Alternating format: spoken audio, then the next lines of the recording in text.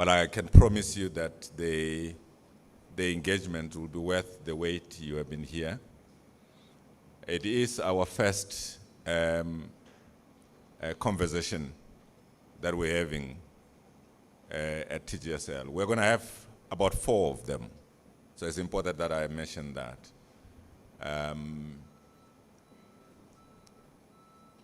And out of those 4, we will make 2 bonuses for Prof. Mokhalong, which are going to be done outside of this province.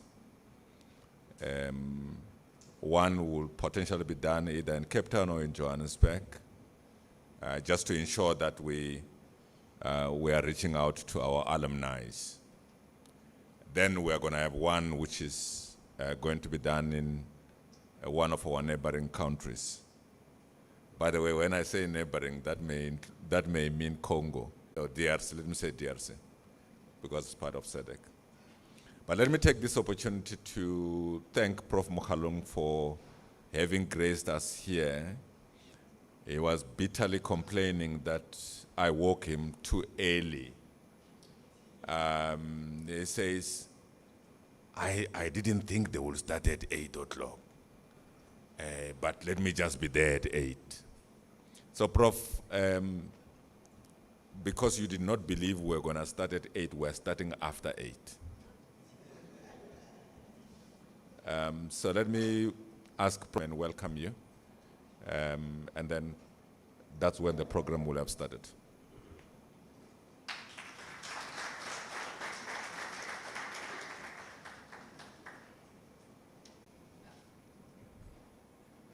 Good morning, everybody. Hlengani, thanks for this brainchild of yours. I will hate to take it away from you. And I think that's what, as the University of Limpopo, we're looking for. Today they are talking matters economic, and I think it's only fair that I'm not that grounded in that area. The last economics, it's when I was doing Standard 6. You know, I don't know what is Standard 6 these days, but it just shows the amount of economics that I know. That being said, I don't think welcome to our guest, Tabi Leuka.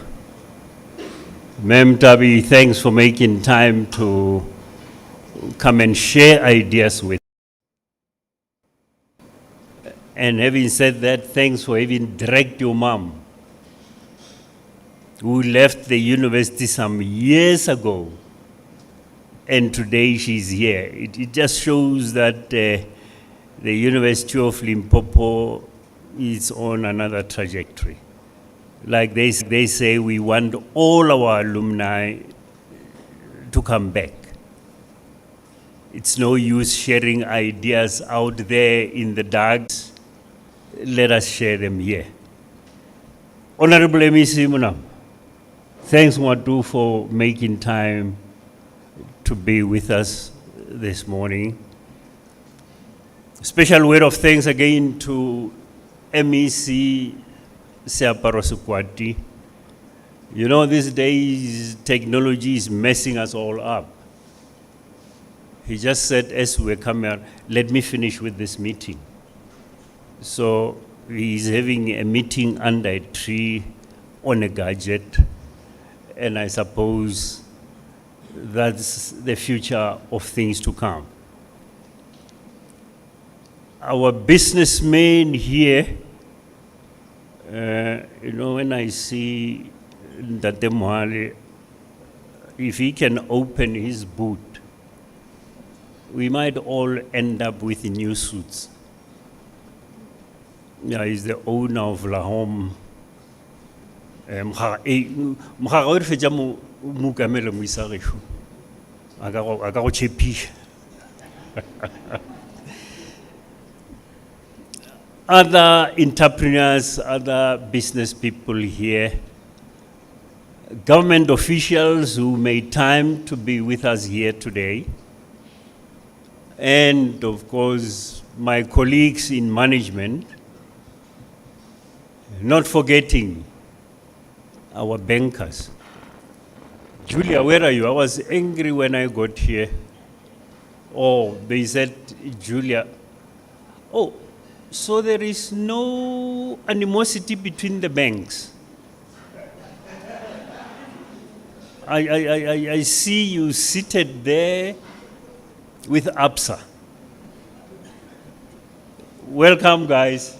We really feel good that you made time to come and join us.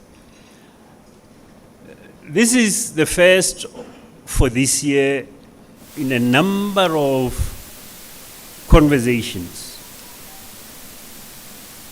I'm not going to steal the thunder out of Prof. Mathebula's intentions.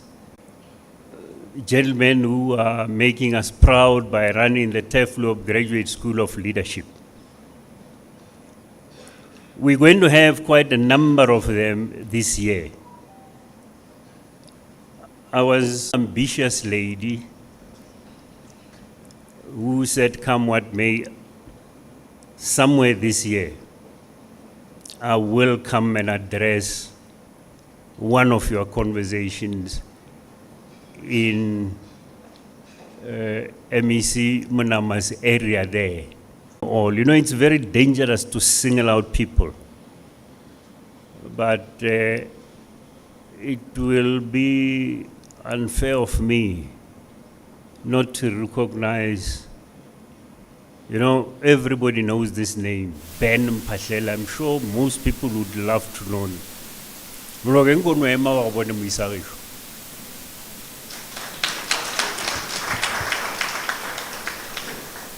This is Ben. He trained a lot of people in business, and he left a good track record in a number of industries where he was.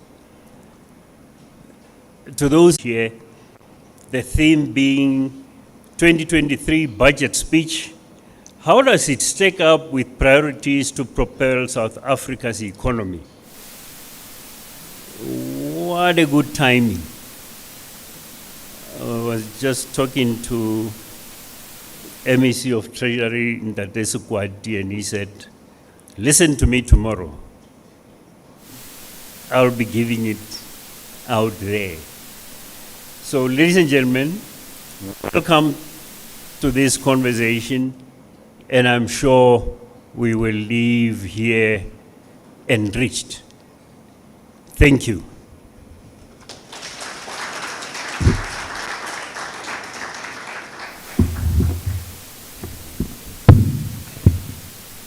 Thank you, Prof. Mukhalong. I didn't know you know my name. 90s. I was just called Mathebula in this campus.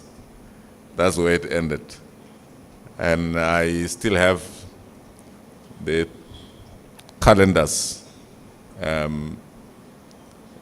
Everybody in that SRC had names, just Mathebula. And those outside the borders of our country. I think let's get on. Victor is an alumni of this university. He used to speak very good English as a secretary of the SRC.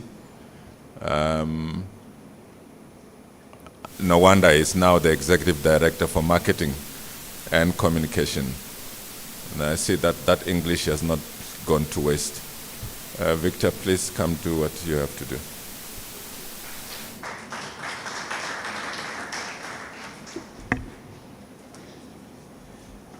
Thank you, Prof. Mathebula. I know your other name other than Hlengani, by the way, so don't push me too far because I might call you by your full names, the ones that appear in the ID. VC, Prof. Mohalong, MEC Munama, and MEC Sukwati in absentia. I also acknowledge Councillor Rapetsoye, the Chief Whip of the municipality. There are so many people to acknowledge. Prof. Mukwena, the Director of the School of Teflop Graduate School of Leadership, where we are, and Prof. Sibanda, Umpumezi Sibanda, the Executive Dean of the Faculty of Management and Law at the University of Limpopo. If I try and list everyone by name, I might end up running into trouble. Mr. Jeleni, Albert, please come down today. He's the president of the business. And where is your counterpart at the Limpopo United Business Chamber, Tsepo Matabate? I am going to try and not mention everybody, but I don't want to make this somber, Prof. Mathebula, because it is a very good occasion that we are hoping to make a habit of. But for education in the Free State, his bodyguard, a warrant officer, D, I think, yeah. And there are many people who are injured who are still recovering. So if I may, please beg your indulgence. These are our fellow South Africans. They actually, when I drive on R71, I feel nervous all the time because of especially how the MEC passed on. So if we could just rise for a brief moment of silence.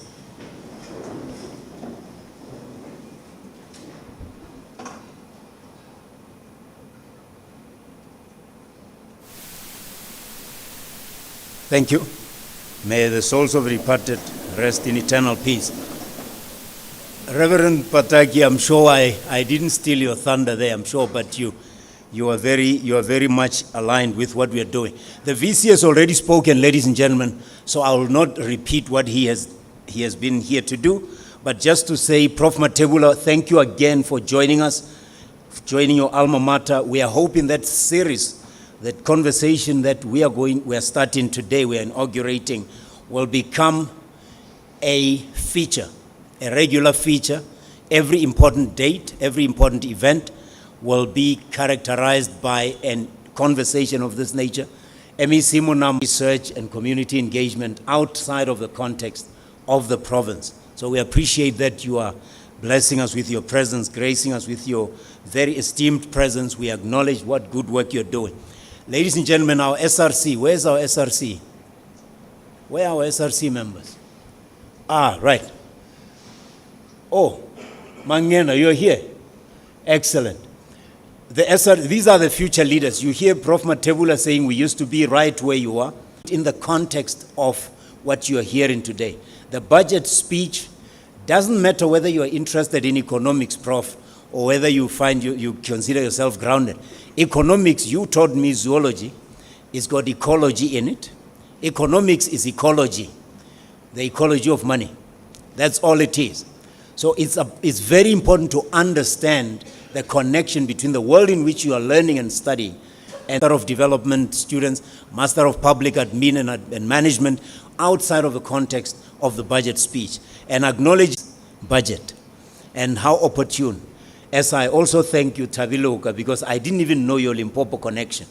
Because, you know, Johannesburg does that to us. We meet in the ivory towers of Sandton and we forget that people like us originate here. We originate in this province. We are very proud of it. And that's why we continue to do what we are doing for it. We are hoping that, ladies and gentlemen, all of you attending this, you will continue to support us when we have the TGSL leadership conversations, which, of course, this is the first one, but it's not the end. They always say, so without the courage to start, we would never know where we can go. Ladies and gentlemen, again, let me acknowledge Dr. Tabiloka, very esteemed economist worldwide. We're very proud of what she's able to do. When she speaks, lots of powerful sources to find out what she has to say.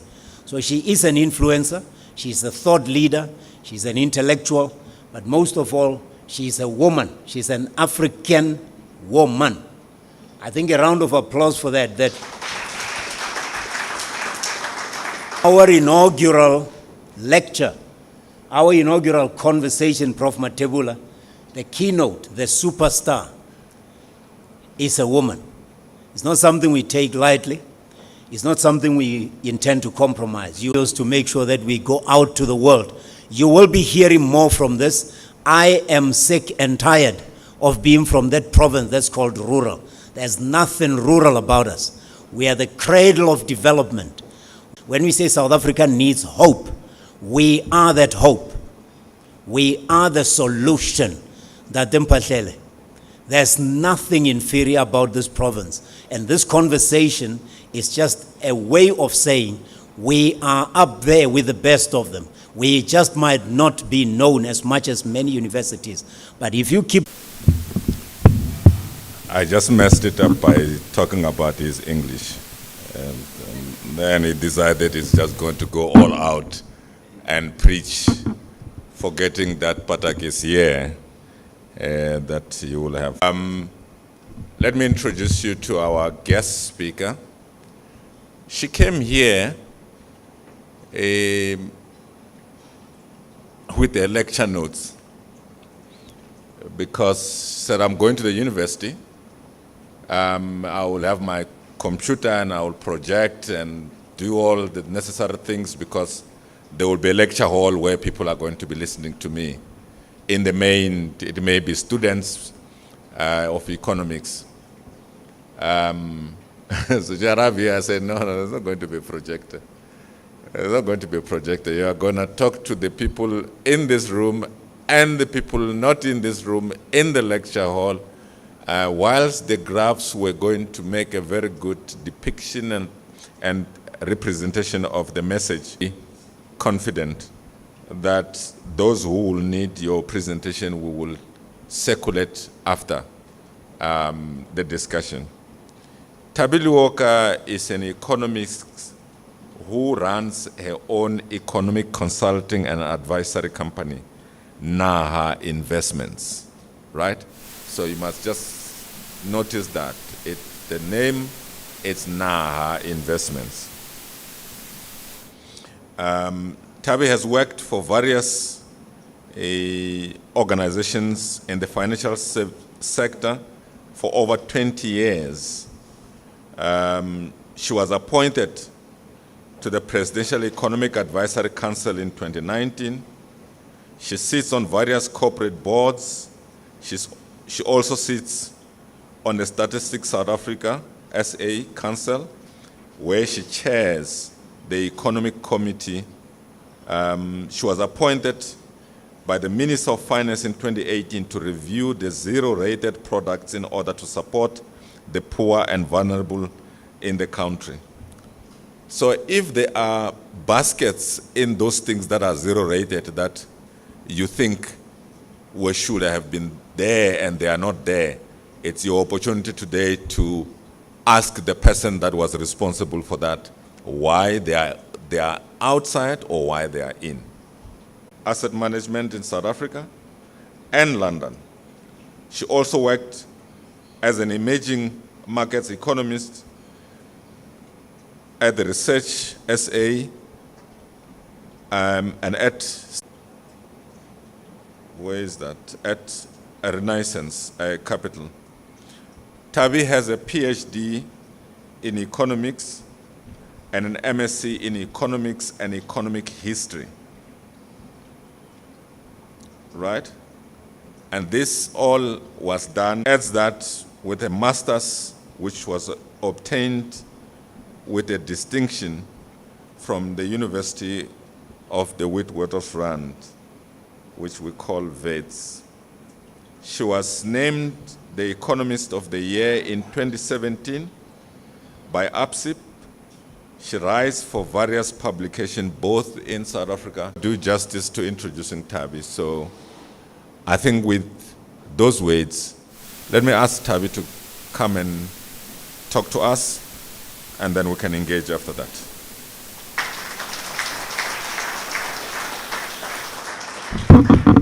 Thank you very much, and it is an honor and a privilege to speak to you all this morning. I did have an elaborate presentation with many slides and many pictures, and I was told that the university doesn't have the facility. So I find that quite ironic.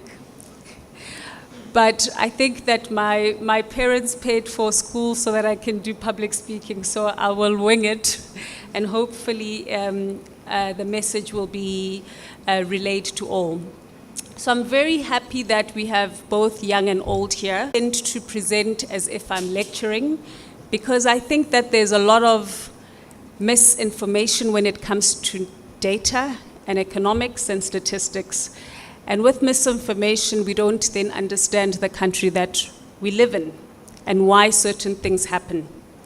So I'll start giving you a picture of the global economy, because that sets the tone of why we find ourselves where we do.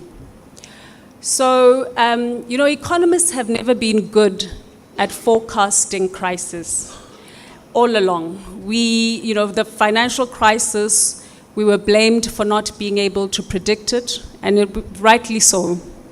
But between the financial crisis of 2008 and 9, we decided that we needed to perfect our skills.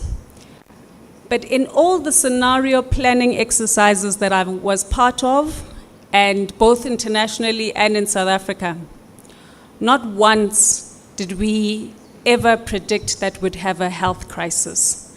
So COVID really shocked us as economists, as people also in the health profession, and also policymakers. So what happened with developed countries during COVID? These rich countries were able to what we call quantitative easing. So they printed money, and they were able to take that money and support their businesses, small and large, but also households. And what then started to happen is that we started to see inflation increasing, what we call demand-side inflation. So inflation was increasing, especially in the US and Europe. But then there was also another type of inflation that happened, and that was supply-side inflation. And supply-side inflation was driven by, supply issues that were sparked by COVID. If you remember that many products we couldn't get because they were imported, and they weren't produced in areas such as Asia because of the lockdown. So the price of those goods then increased, and then also created another type of inflation. We live in an interconnected world, so for the rest of us in the developed world, we also had inflation, but that inflation wasn't demand-driven. It wasn't demand-driven because our economies are not performing well. And so we were not consuming some of these products that would increase inflation. It was the supply-side inflation that started picking up inflation, food inflation, fuel inflation. And so we find ourselves with what we call a poly-crisis. We're now in the midst of a poly-crisis where there's a cost of living crisis because of huge increases in interest rates, increases in inflation, increases in the rate of, or the risk of recession.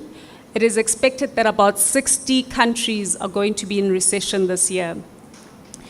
And then we have the Ukraine-Russia war, Russia's war in Ukraine, that also increased the price of food and fuel that we're all impacted by.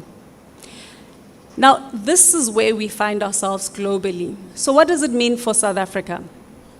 South Africa's GDP for the past, let's say 2010 to 2020, on average, is 1%. So I don't know if I needed to remind you guys that, remember the NDP, the National Development Plan. On average, we're supposed to grow by 5% so that we can chip at the unemployment rate. And the target then was that by 2030, unemployment rate would be half. So if you're growing at less than 1% or around 1%, on average for 10 years, you're not going to deal with the unemployment problem. Now, if you take that number and you say from 2015, and you say, look at the forecast, 2025, that number looks worse because it's actually below 1%. So we have a crisis. We have an unemployment rate crisis, and the youth will tell you that we also have a youth unemployment rate crisis.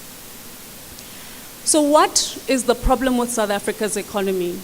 There are many reasons. Firstly, the sectors that are growing the fastest are not the sectors that are employing the low-skilled workers. They're not sectors that are exportable. We're not getting revenues from these sectors. So the fastest growing sector right now is finance. Highly skilled, non-tradable sector. We should really be growing this economy through manufacturing, mining. The two should work together because we should actually be manufacturing what we mine. And then the other one is agriculture and tourism. And so investment needs to go into these sectors for us to start seeing growth and employment in South Africa. And so I had a killer chart on the unemployment rate. We all know the unemployment rate, is really bad, even though lately there's been a little bit of a decline. But on average, the unemployment rate since 2008 is around 29%. Again, that is dismal, one of the worst in the world. Now I have a chart that Stats SA produced, where it shows you where the problem lies, and especially when it comes to basic education.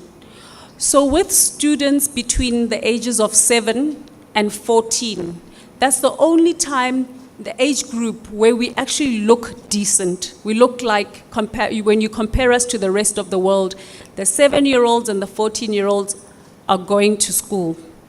But if you look before that, and remember that early childhood development is the most important education period, there are a lot of students who are not in school between the ages of 5 and 7.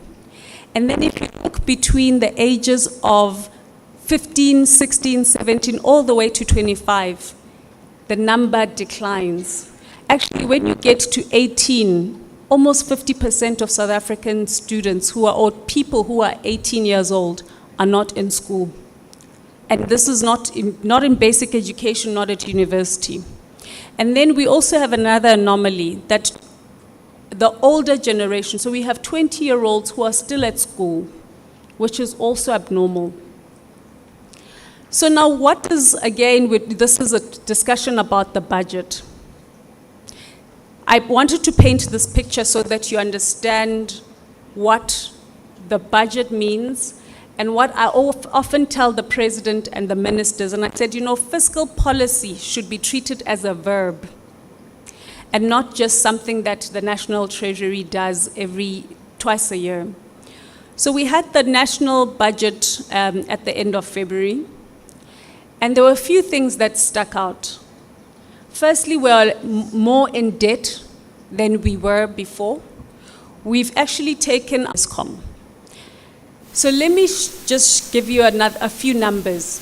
The South African economy, the size of the South African economy is 4.6 trillion rands. Remember that number, 4.6 trillion rands.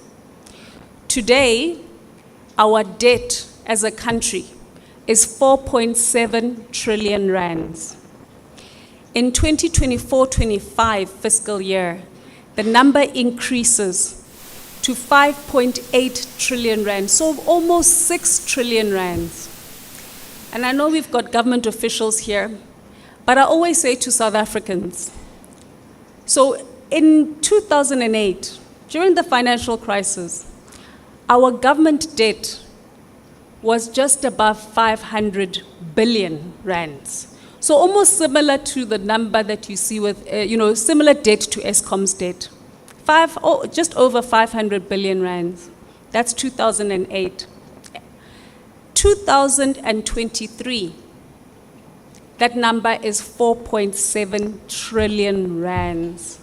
Now, a country that is that much in debt has gone through a huge infrastructure development. We should be having superhighways, we should be having smart cities, we should be looking like Dubai, even in Limpopo. but we don't.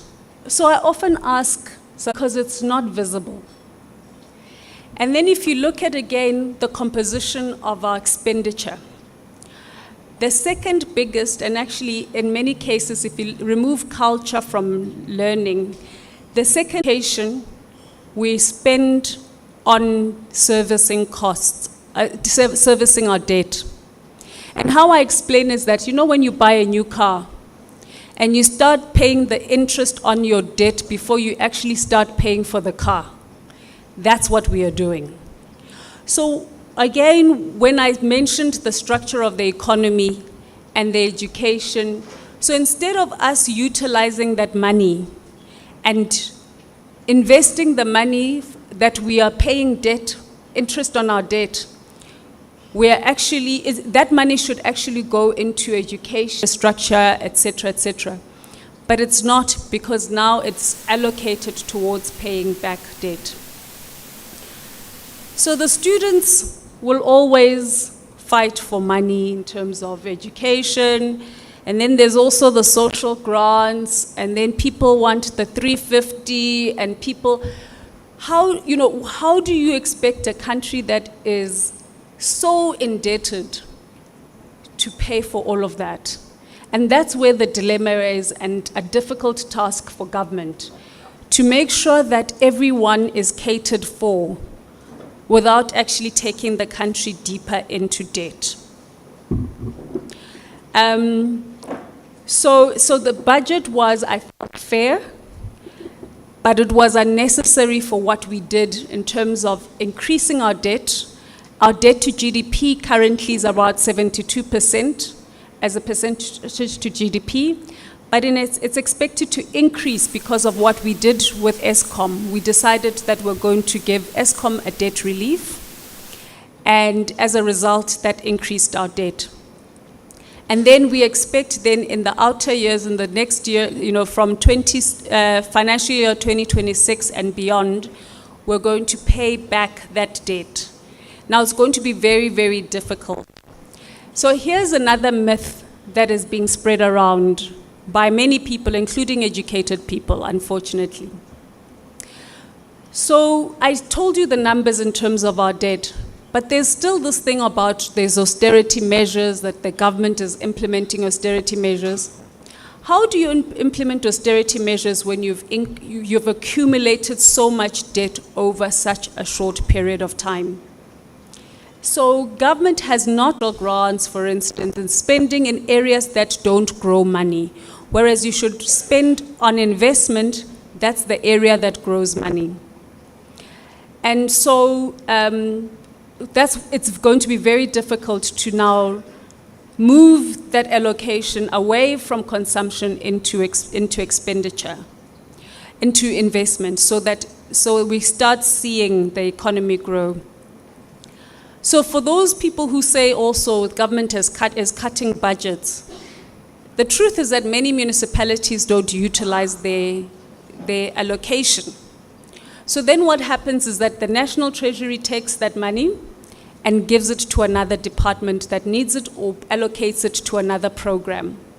So it's not to say that it's cut something because it's cutting spend to utilize that money, and you also need to be capacitated so that we can have proper schools, proper infrastructure, proper housing in all districts, so that places like Limpopo shouldn't be left behind compared to a Western Cape, which I was yesterday in, and the Western Cape actually works. Minus the politics, I must give it to the Western Cape government that they are doing quite a stellar job. So these are the way, allocation of resources is very important, and how we choose to spend our money as South African, as the South African government. Now I'll move over to the risks to the budget. So we've allocated a lot of money towards Eskom. We've also given Eskom a debt relief. My concern is that we've done so to an end, have the people needed to move the entity forward. So that is a risk that I foresee. The second risk that we have as a country is Transnet. Transnet after Eskom is the biggest, a very significant risk. Our ports are not fit for purpose. Our railway has been stolen throughout the country. We cannot move the goods that we produce. As much as we're saying, let's start working, let's start producing, but we need to ship those produce out of the country and export them. But we can't do so if we don't have rail. A lot of it has been damaged. A lot of it we don't have sufficient fleet to actually move our products. So there's a lot that needs to happen also to change what is happening at Transnet. The third biggest risk to the budget estimates is the public sector wage agreement. And I believe that the public sector is on a strike today. The public sector is about 35% of expenditure. And it's been a problem because that needs to shrink. And government has done many things to try to use natural attrition. Not many people are leaving government. And it's you can't leave the contract in 2020. It may just have to pay what the workers demand. And that is going to take a big chunk out of our fiscus. So that is also the third biggest risk currently in our expenditure. The other thing is that, we have about 18 million South Africans that rely on social grants.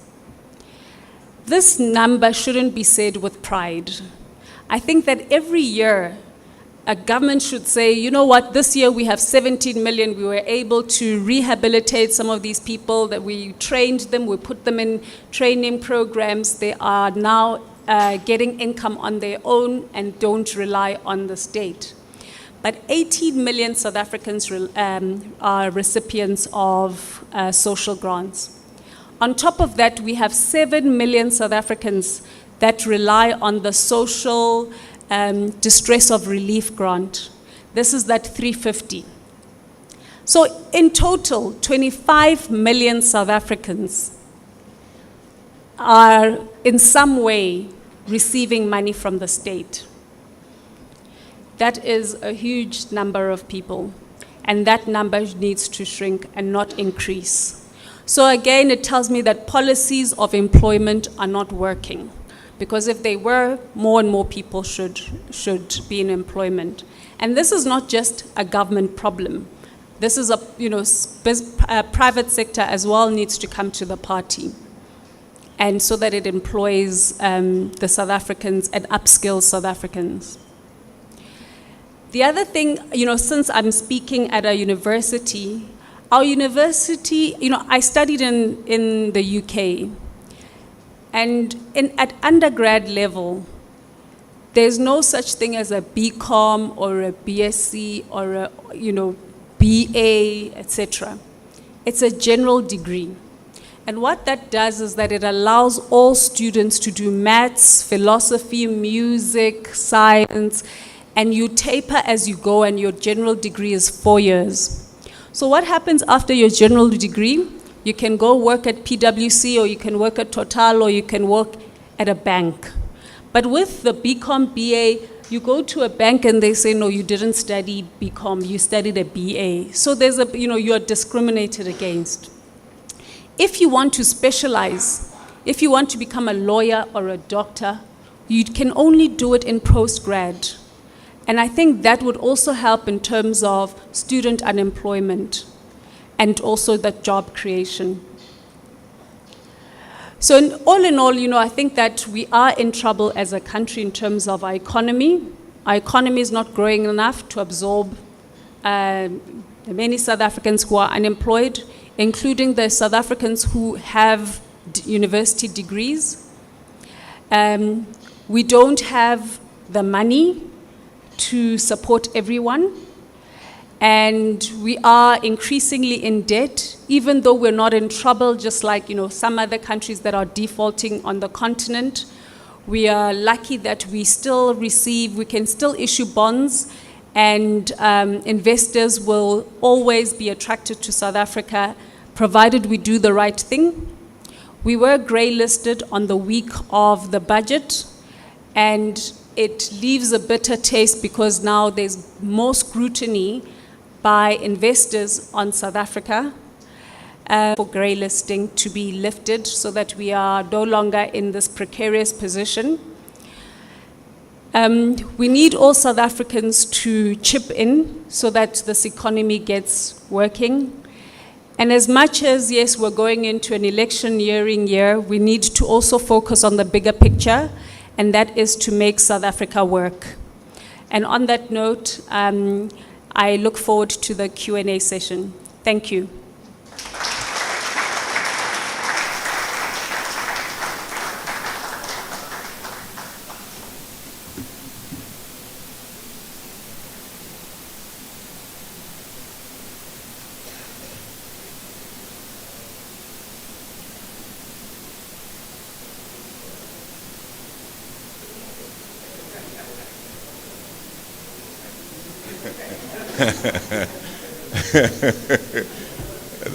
Did you see the negotiations going on? Politicians saying, no, start there. No, start there. Start there. No, this one is economic affairs. No, but that one is finance. All right. He didn't catch up part of the conversation. So, Ms. Mnama, you were the first one to respond. We are in your hands.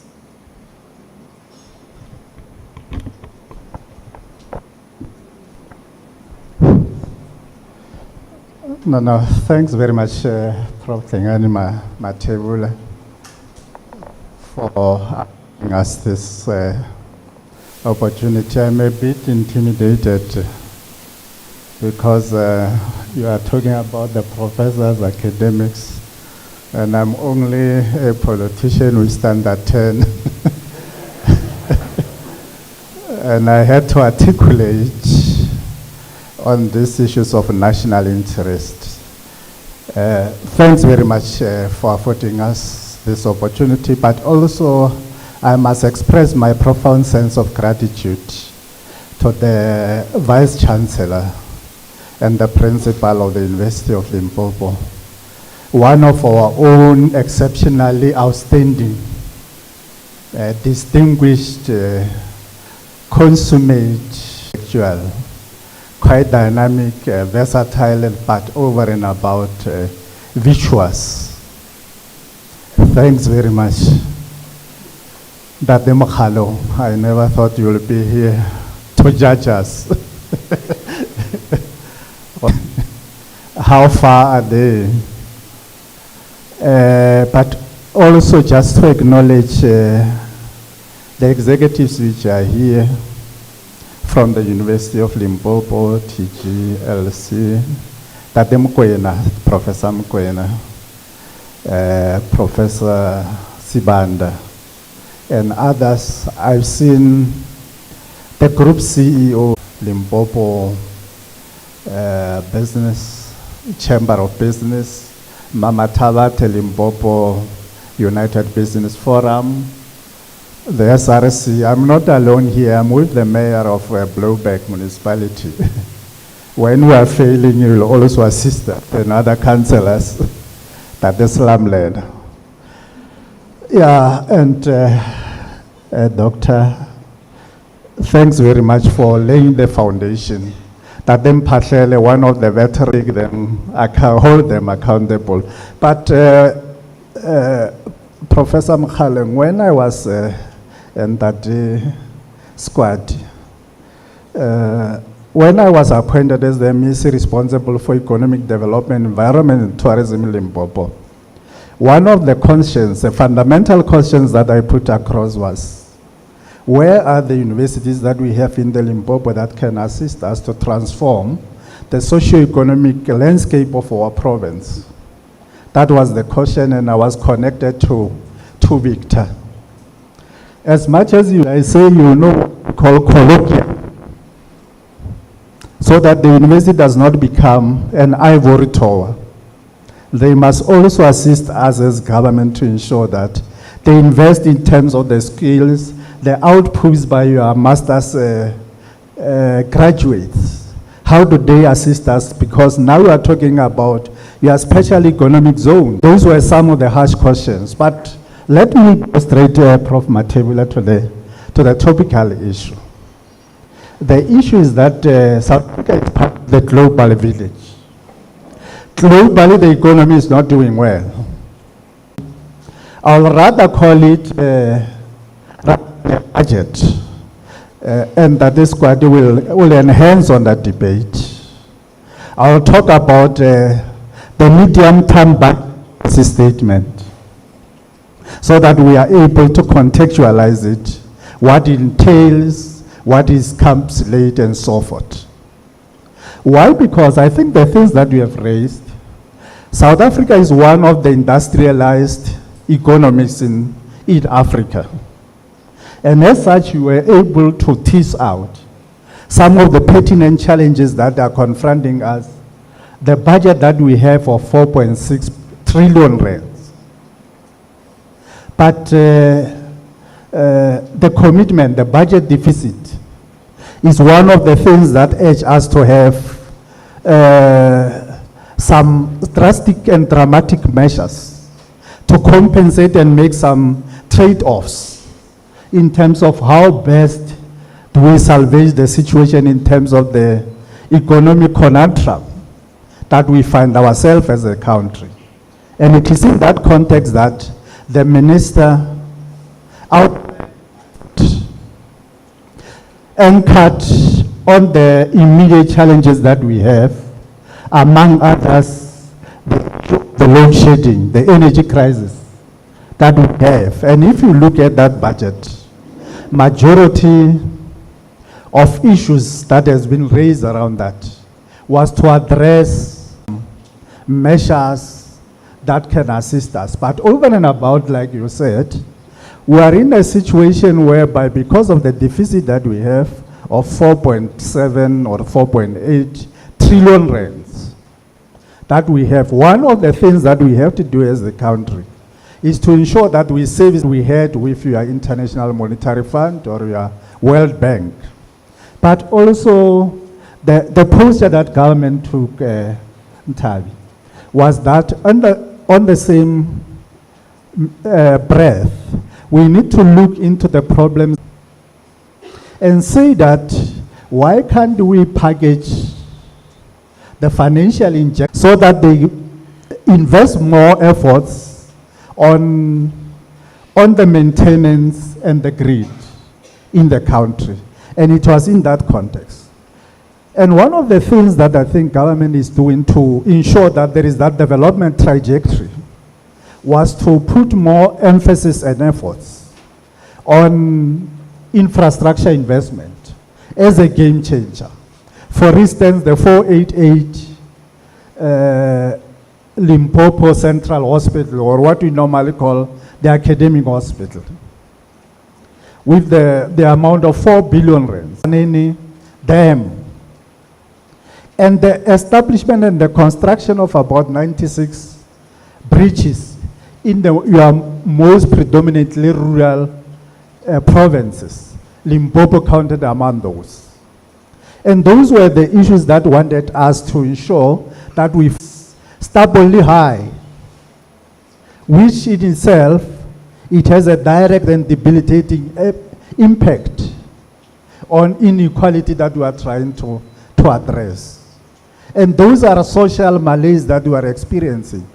But also gradually there is that paradigm shift that we are becoming more of a wealthy state.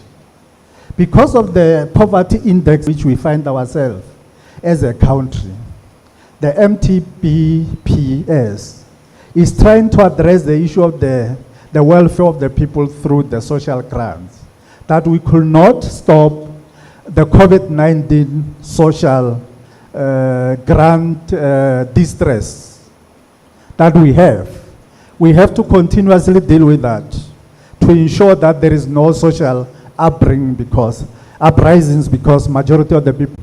And here we are not talking about expanded unemployment, but the official one, unemployment rate is quite high. that we had to acknowledge that. And that's why in the budget, the minister was trying to make some trade-offs.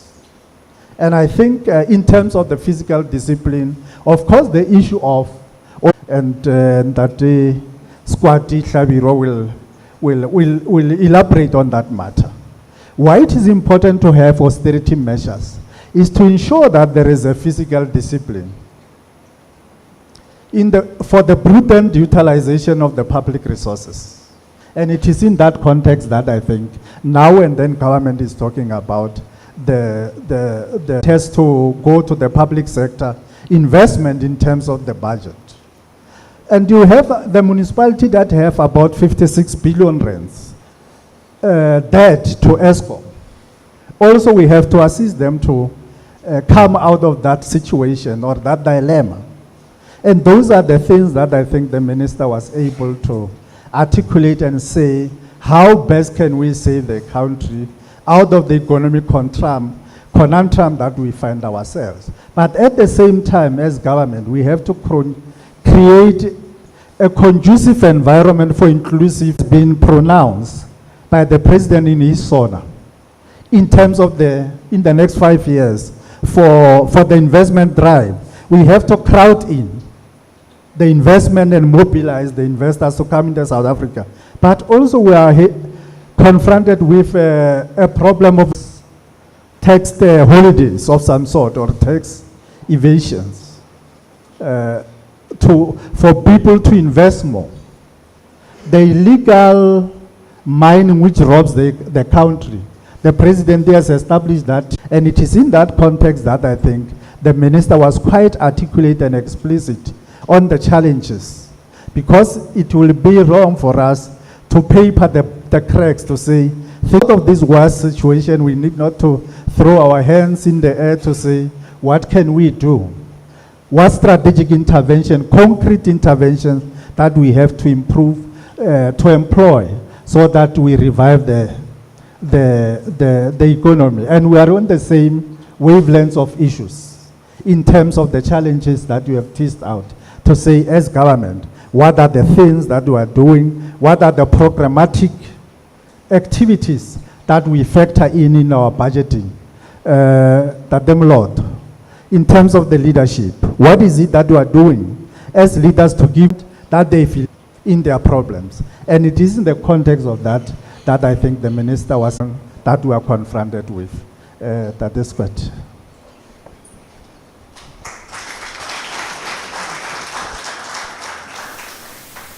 So, MEC Squati, I used to be a central banker some years back. And a week before the MPC meeting, you wouldn't find a governor or a deputy governor to speak to. Now, I want to thank you that despite the fact that you delivering your... Thank you, Prof. Hlengani Mathebula, the facilitator. Our VC, Ntate Mokhalong, Professor Mokhalong, who is with us. And all, I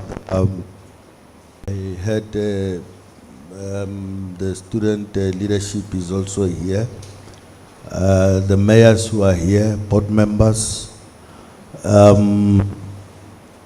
me once again thank you for this opportunity that you have afforded us to come and interact with the School of Leadership, but also to be able to share ideas.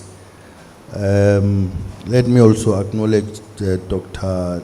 Tabend conjecture in terms of the economy, knowing that the economy is not declining today, but it's because of ESCOM alone, but it's only that ESCOM has only compounded the challenge that we have already in era. And for us to be able to come out of it, we needed to find an economy that was said to be growing. But unfortunately, as we all know, that ESCOM has not been able to live up to the expectation, and therefore most of our sectors in the economy are actually affected by this rolling outs, which therefore creates a conundrum in terms of what is it that we need to be doing as South Africans to be able to save the situation, to make sure that our economy is still on track, we're able to grow the economy, because the economy is the main area that we need to be focusing on. If we do not grow the economy, firstly, it would mean that we'll not be able to generate the revenue that we need for us. But as well, we will therefore continue to have the majority of the citizens in this country. I'm sure it's not me.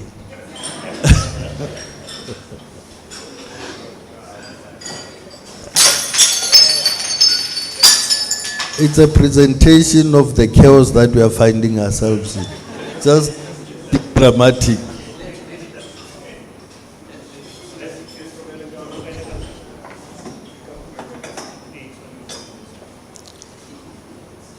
Thank you, VC. Now, if we are not able to find areas or strategies that will be able to grow the economy, that tells us that we would then be in a very serious challenge in terms of uplifting our society from poverty, so that they are also able to be part of the global development in terms of better life. Now, I think my colleague has already alluded to the fact that indeed in the past 2 financial years, we have been engaged in fiscal consolidation, meaning that we have been taking money that is supposed to be going into development, looking at other areas, reducing it from your infrastructure, from your COE, and other priorities focusing on to make sure that we are able to budget, to bail out SAA, we are supposed to bail out ESCOM, and so on and so on, which has well created challenges for us as a South African government, both nationally but also as a province. What is even worse is the rural province like Limpopo, where you mainly rely on the national revenue, where we are able to generate very little in terms of own revenue as a province, which then will be able to augment what you are getting as an allocation from the national fiscus for us to be able to engage in developmental areas and make sure that we are able to uplift people's lives. That is a very serious challenge for us, because what it means is that the underdevelopment that we are seated with will take many years for us to be able to unravel or to eradicate. Therefore, it calls for us as the provincial government, but equally the national government, for us to start doing things differently. And I think that is why this time the minister did not necessarily focus on austerity measures. So it's not a budget that is focused most on austerity measures. There is a development, but as well there is money that is circulating in the economy, particularly in terms of infrastructure. But what we cannot take away from the reality as well is that we've got a country wherein social turn is overcome globally. We are not going to be able to reduce in terms of the social wage. The trillions that we're talking about, the 7 trillion that we are saying that it will be within the MTF period. What it tells you is that out of that, more than 45% of that is going to the social wage. And we've got very little or minimal that we are going to be able to utilize to ensure that we can ultimately have the state intervening in the economy. And I will speak to the expenditure, because that is what we can do as the state to make sure that we can intervene in the economy. by injecting more resources, by ensuring that we are able to expand on the infrastructure capacity within the country, so that we are able to therefore create enabling environment for the economy to grow, but equally we are able to ensure that the government is also injecting resources to grow the economy. Yes, it is the responsibility of the private sector to do so, to grow the economy. But the state in this country still have a major role to play to ensure that we are able to grow that economy. Now, for us to be able to do that, we know that municipalities that play a role in terms of ensuring that we are able to provide basic services to our people. They are able to build whatever infrastructure that will also enable the economy to grow at the moment as we speak. I think it's one of the risk areas that Mayor or Dr. Tabi had spoken to. As South African government or the state in this country accept that we do not have such. Hence, we are now starting the public service, not only at the national level or the provincial level, but also at the municipal level, so that we are able to build capacity and capabilities within municipalities so that they are able to start provide certain functions within the municipalities. That has created limitations over the years. Development, but also in terms of creating economic opportunities at that level. We have got issues of the SOEs that are also a risk capacity. You've got blockages in the N3 and 2 highways, which therefore create equally burden for this country, because we are supposed to be generating out of the logistic sector. What then do we need to do to make sure that we are able to grow the economy? We have said that through the Minister of Finance, he has said, yes, we are still going to be looking at capacitating those SOEs so that we are able to start generating more revenue, because at the moment, yes, we have done well that has been allocated by the minister, just because we have commodities that have been able to generate more revenue for us, and because we know that commodities are cyclical in their nature. If we lose just an opportunity, or the prices of those commodities are starting to go down, and there's a slump in terms of demand and so on, that would mean that as a country will not even be able to generate the resources that we are saying we're going to generate in the next MTF period, which then becomes a major risk in terms of our developmental priorities, but also making sure that we are able to reduce unemployment, we are able to reduce inequality.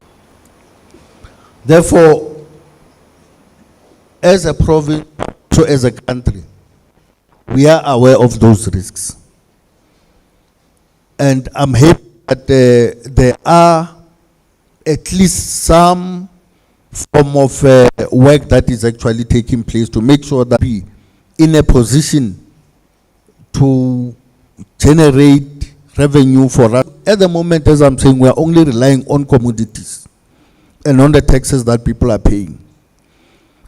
We therefore need to make sure that there is more that is being done to make sure that at least we have got more other avenues for us to be able to sustain growth, but also to make sure that we are able to fund these priorities that we are talking about. At the moment, yes, it's trade-offs, but particularly in terms of servicing the debt, because it's a major priority for us to be able to service the debt and be able to release more resources for us to be able to engage in economic development, but also to uplift their people's lives. over the years, we have been able to reduce the wage bill. And I agree with you that, yes, we might have reneged from the 2020 agreement. It was disingenuous. You cannot agree to such a wage bill where you are not able to generate any revenue in any country. And I'm sure we all agree that you cannot have, as we speak now, as a province, just to be realistic, our wage takes about 65% of our allocations. And we have actually moved from almost 71. And over the years, part of what we have been doing was to try and make sure that we are ultimately reducing the wage bill. And as a country, we're standing at average of almost 61% as an average in the country. So it still tells you that if we are not able to grow the economy, all these resources that we are able to generate, the revenue that we are able to collect, will all go to paying workers. So you'll not have anything for you to left for you to be able to engage in development of your. You've got the wage bill because the economy is not growing. Your social wage. Because if the economy is not growing, is not able to absorb any people, then you do what? You rely on the social wage, which, by the way, is also not sustainable. Therefore, we need to make sure that there are concrete measures that we are able to undertake. And I think we have already said in terms of those priorities, that part of it we are going to make sure that we put more resources in the infrastructure. And the trillions within the MTF that are going to be spent in the infrastructure, both nationally but also in the province, to make sure that we are able to continue to make sure that at least we can ensure that we kickstart the economy, we are able to engage in the recovery, but also make sure that our people are able to have opportunities. But one thing that we need to agree on, which I think people might say, but government still has a responsibility, is to make sure that issues of fighting unemployment, poverty, and inequality cannot be left to government alone, because as government, we can only do up to a certain level in terms of the resources that are so much limited. And therefore, we need the private sector and we need every individual to make sure that part of it is to reduce or to fight crime and corruption. Because unless we are able to do that, it would mean that all the resources that are meant to go into development will end up in individual pockets. It would mean that all the energies and the efforts that government is trying to undertake or engaging in terms of saving the SOEs, including ESCOM, will not be able to bear fruit, because everything will be done in a different way, which is not necessarily related to what government is looking at achieving. And I think I've been able to give some bit of snippets in terms of the budget. Otherwise, my colleague here is going to report me to my principal.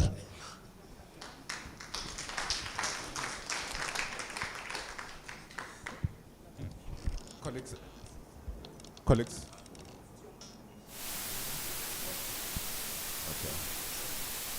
Okay. Yeah. Okay. Great.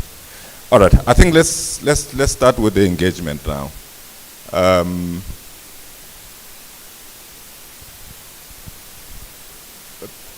Mochi Pataki likes this thing because if you gave him a mic, he would be walking all over the show preaching.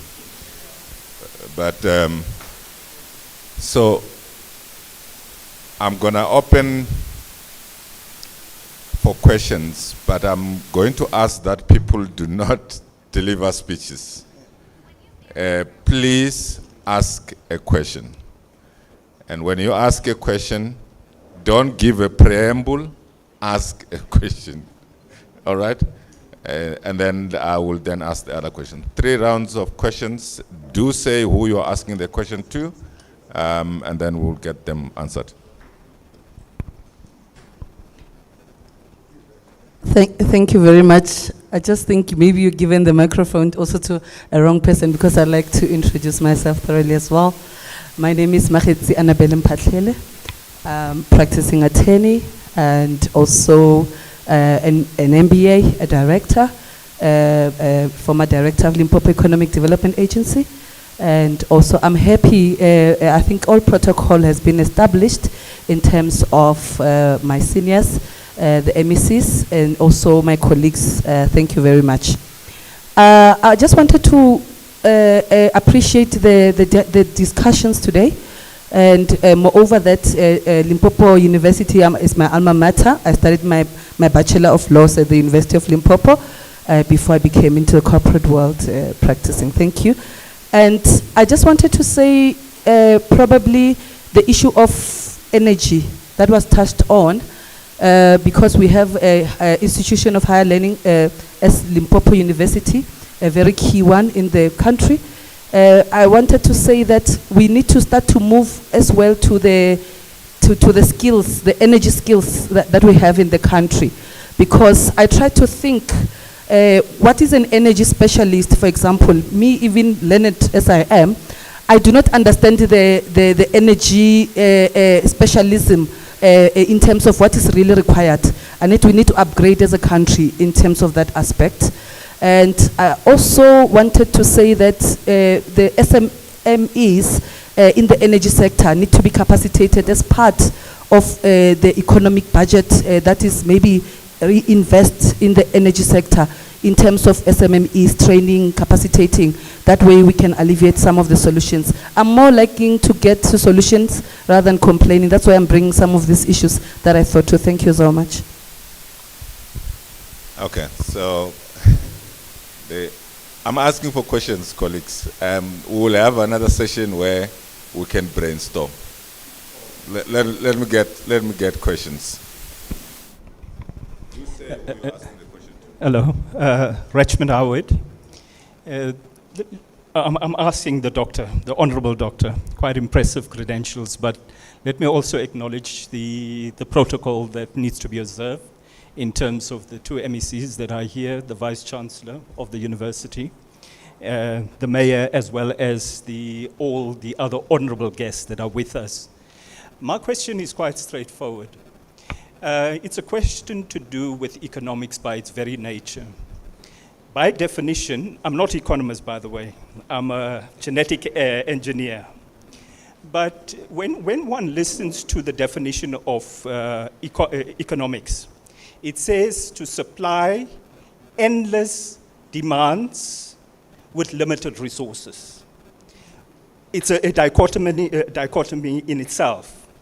When you then begin to unpack that in terms of what we have observed, you listen to Professor Varoufakis. He was the Minister of Finance in Greece. You listen to Professor Wolf, you listen to Professor Peterson. You then also look at what we are observing in terms of the world and if you listen to those economists, they're clearly saying that the current model of economics has to change drastically. And that is why you're having a group of academics that are talking about radical economic transformation, a completely different change. Thank you. Madam Mpatlele? No. You wanted to, on the brainstorming. Thank you very much. All protocol have already been established. My question goes to Dr. Lioka. When you were outlining the risk, by the way, my name is Takani Makuba, I'm the group CEO of LEADER. When you were outlining the risk, I think we all know about solutions at ESCOM, but I just want to understand what do you see as solution to address challenges at Transnet?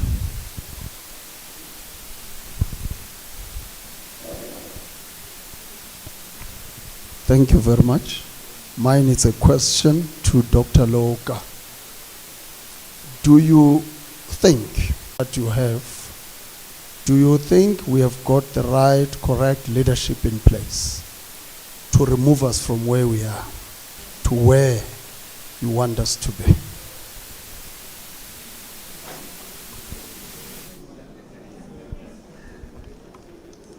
Thank you very much, Prof. Mathebula. My name is Smale Salamaubani, former president of the Public Relations Institute of Southern Africa and a postgraduate student in development studies. A quick question to MEC Munama. In terms of economic development, developing the Limpopo province to reach its potentials, what are the levers that as a MEC, as a department, you'd like to pull to make sure that the province... And last one, just a quick one to MEC Squati, to say, rightfully, they say private sector should also come on board in terms of development. What is your view in terms of government's role and how it has 29 years of freedom and democracy, how the policy landscape has been, the role of government in terms of the policy? Thank you. Okay, so that's the first round. We'll go to the second round. But let me three questions to my panelists. Mrs. Squati, you could start thinking about this one. So the budget, 2022-2023 budget for the Limpopo province is 74.2 billion rand. 36.2 goes to education and 22.1 goes to health. How well are we doing with that? That's the first part. Just think about that. And I know that your province shares the same kind of demographic as the KwaZulu-Natal province. So the complexities around traditional leadership and all those kind of things, maybe you address that.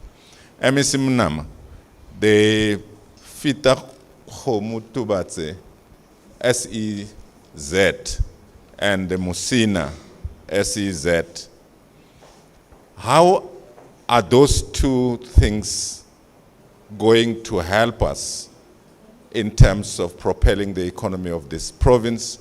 And how far are we with that stuff?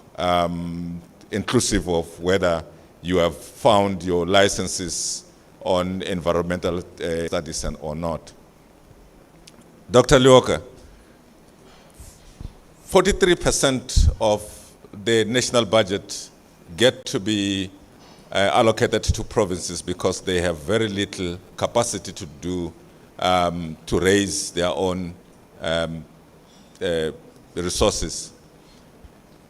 You spoke about 35% being wage bill. Let's put it in rand terms. For 21-22, it was 600 billion. 600 billion that went to salaries. 52% of that went to the police, educators, and health workers. I wonder whether we still have, we have enough of those. My question is, with the over a quarter of a trillion rand that we have now given to Eskom with conditions, are we able as a country to be able to repay the debt that Eskom has? All of you have mics, I suppose, yeah.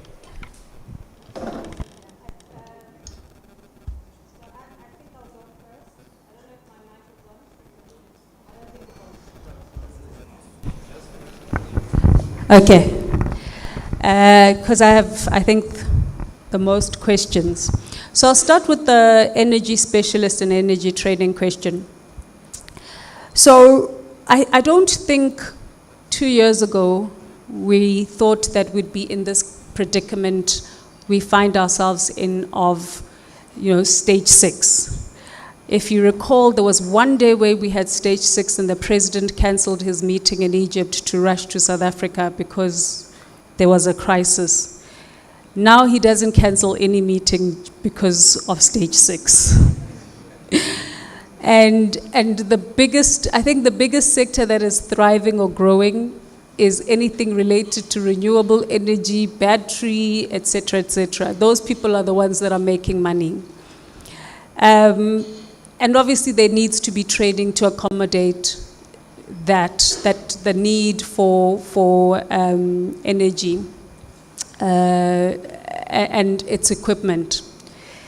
Now, I have a question, I have an issue with the whole energy thing when it comes to, the energy thing it's under a cloud of just transition.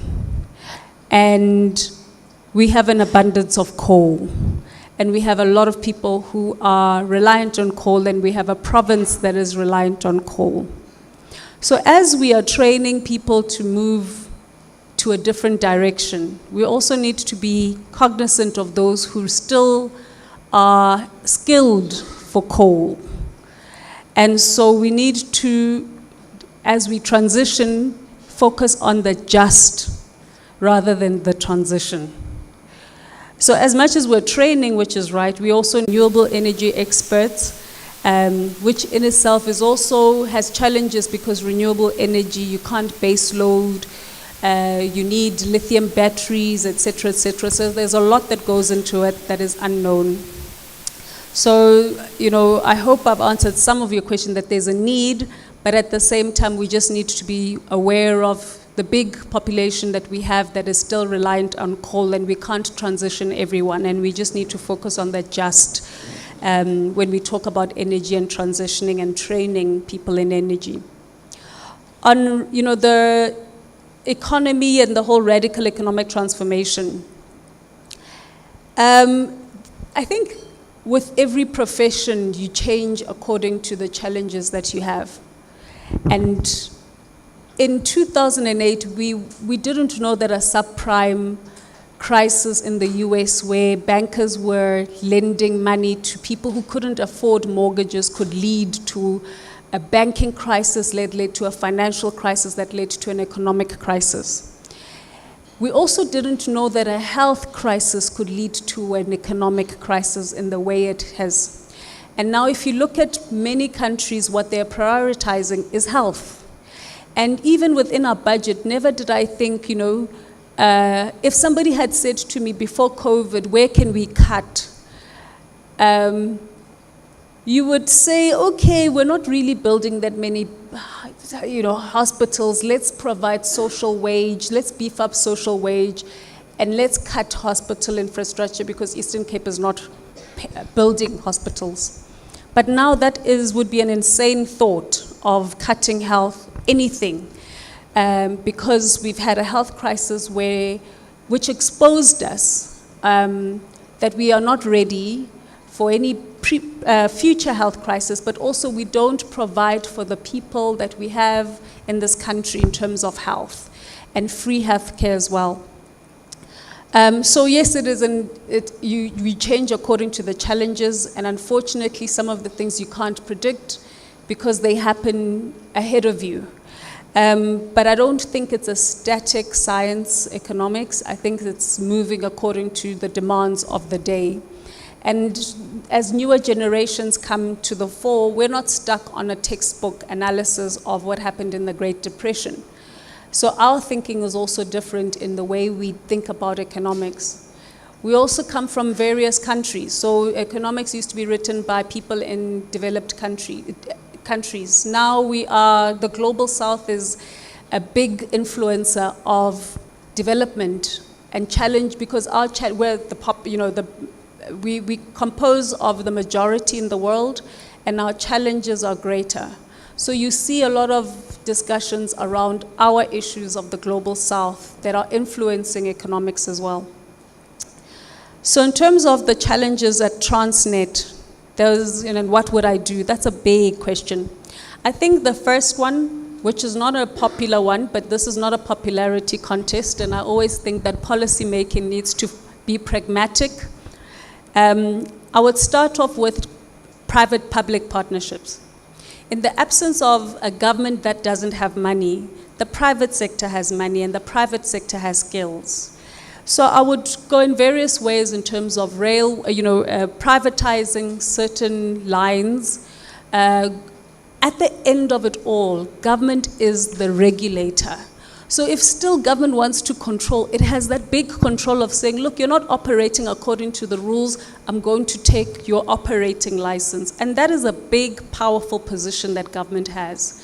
Not the, moving of rail, which it has demonstrated, I think, with the failures of SOEs, that government is not always the best place for running state-owned entities. You may not like this, but I think out of the 720 state-owned entities we've had, we've literally managed very successfully destroy just about all of them. And I think that, where accountability is on both sides of the line, then it works to mitigate and to share the responsibility. Part of the reason why our rail is not working is security as well. So private sector, the beauty of private sector is that it has shareholders that is not necessarily government, but a shareholder that is you and me that says, look, I want my return on this investment that I've made. It has a board too that operates very swiftly.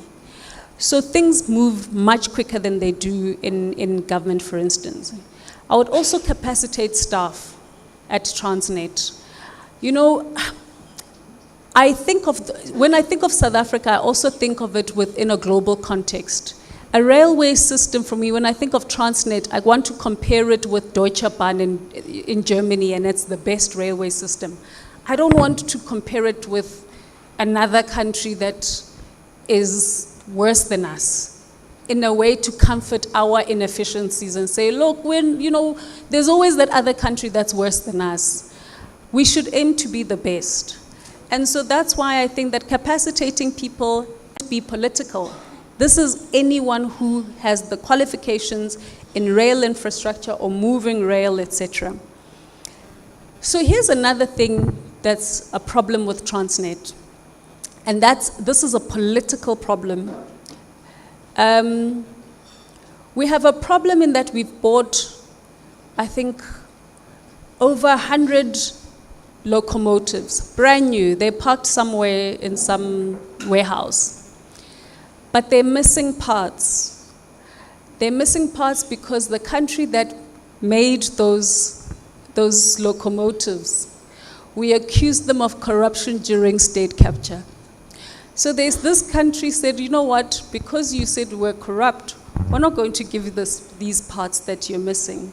And Transnet will tell you that they've gone through Brazil and said to Brazil, we see that this country is providing these locomotives for you. Can you please just order extra? And what is extra is actually the connecting thing between the two carriers. And this country is very smart, is one of the biggest countries in the world, and it knows that if you want to over-order, we know that you're not doing it for your own demand. It's for that other country there that called us corrupt. So the honest truth with this Transnet thing, that, you have to ask which country, you have to ask the union buildings which country, because I don't want to get myself in trouble. But is that we're stuck because we have locomotives that are brand new, but they're currently in warehouses. Besides the fact that we don't have the actual rail, we can build the rail, but the locomotives can't move. Do we have the right leadership in place? I think this is an easy one for me. No. If we had, we wouldn't be where we are as a country. And that's the honest truth. And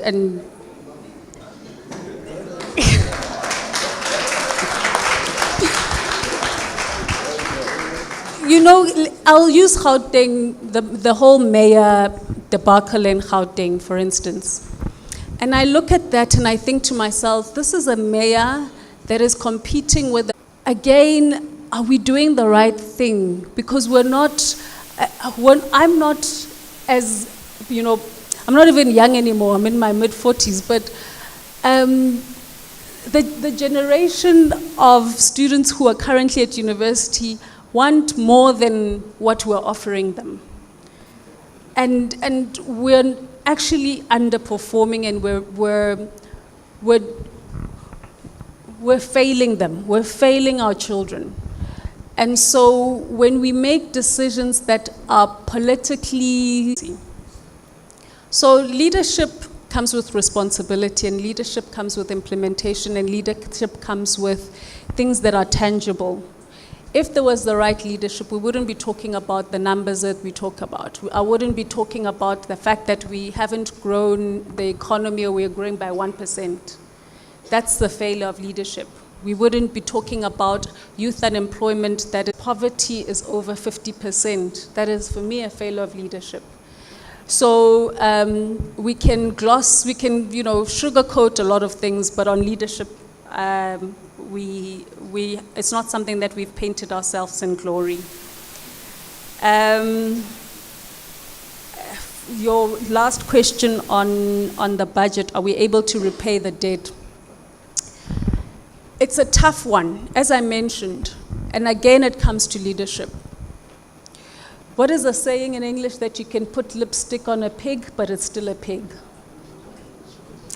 So with Eskom, we've removed 200 and odd billion rand out of the 400 and odd billion rand debt. So we've taken a big chunk of their debt and we've put it in the government balance sheet. But as I mentioned, it doesn't have a CEO, it doesn't have a COO at the end of this month, it doesn't have a GM generation, which is the person responsible for electricity generation. Engineers are leaving left, right, and center. It's not giving us electricity. And then we've done this. So if we had given it a debt relief and capacitated it with the best people regardless of where they come from in the world, just so that we can have skilled people for the next 5 years, then I'd say yes, we've done a good job. But if we've actually saved an entity and not actually capacitated it, not dealt with the rot, the corruption that is happening on a daily basis, then just put lipstick on a pig. And that's my answer. Thank you. No, thanks very much, Prof. Unfortunately, I'm one of those leaders that you are saying they are not there. That I have to respond to these challenges that are confronting us as a country.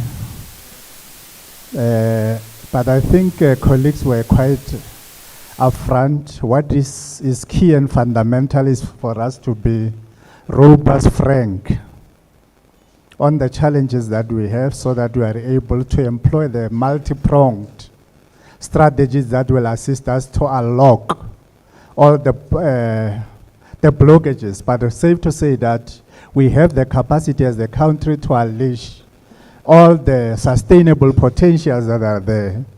I'm coming straight to that question that has been put across to me about the economic outlook in Limpopo.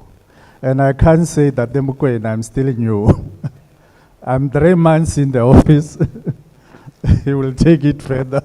He has been here more than 20 years as the MEC.